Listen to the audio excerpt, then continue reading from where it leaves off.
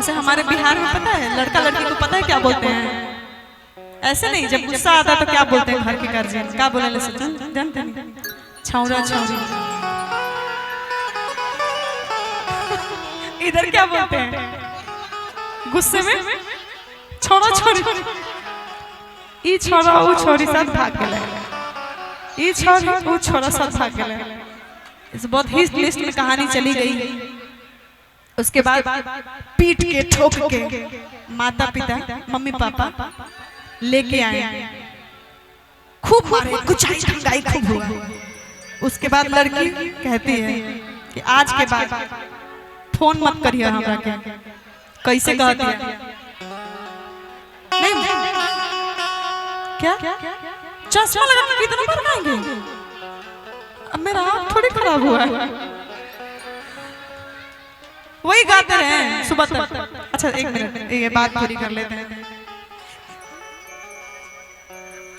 कि जनी फोन फान तू करा कह दे सफा कह दे। अरे तोहरे चलते टेंशन में बारे मम्मी पापा।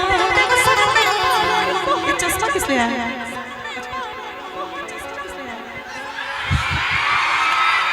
अच्छा मेरे चश्मा लगाने से आप लोग को इतना, लेकिन हमको तो कम दिखाई दे रहा है ना जी।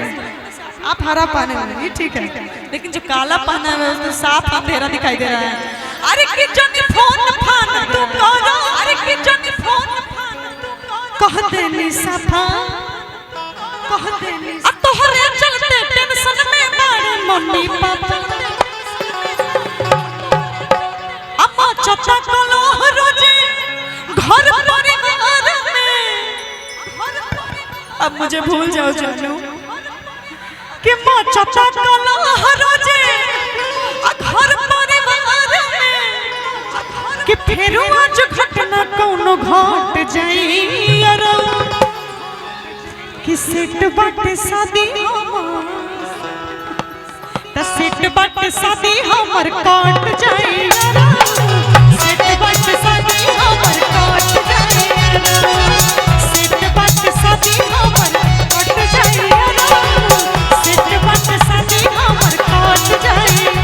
हो जब फोन फान तू करो कह देनी सफा। तोहरे चलते टेंशन में बारे मम्मी पापा। ए जाना भुला जा जनी फोन फान तू करो कह देनी सफा। तोहरे चलते टेंशन में बारे मम्मी पापा।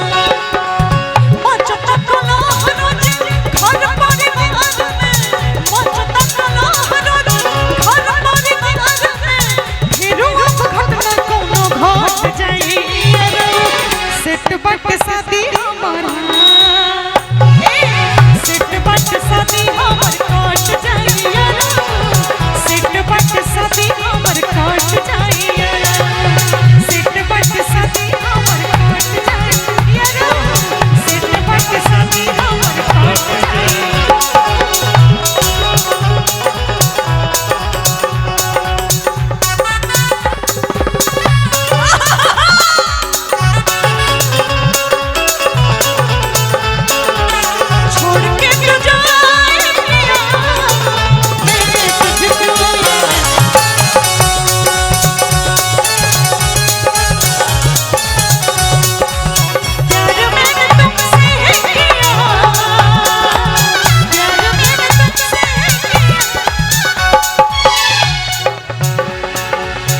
और कहती है कैसे कि हमारा जो फेसबुक और व्हाट्सएप था सब कुछ बैन हो गया। कि फेसबुक व्हाट्सएप पर लागल बाबोए। जब से तुम मुझे भगा कर ले गए हो तब से मेरा फोन छीन लिया गया है। हाँ, फोन बोले के हमरा लगे कि फेसबुक व्हाट्सएप पर लागल बाबोए। कि जानते त बड़ो कहे बड़ो बेचान।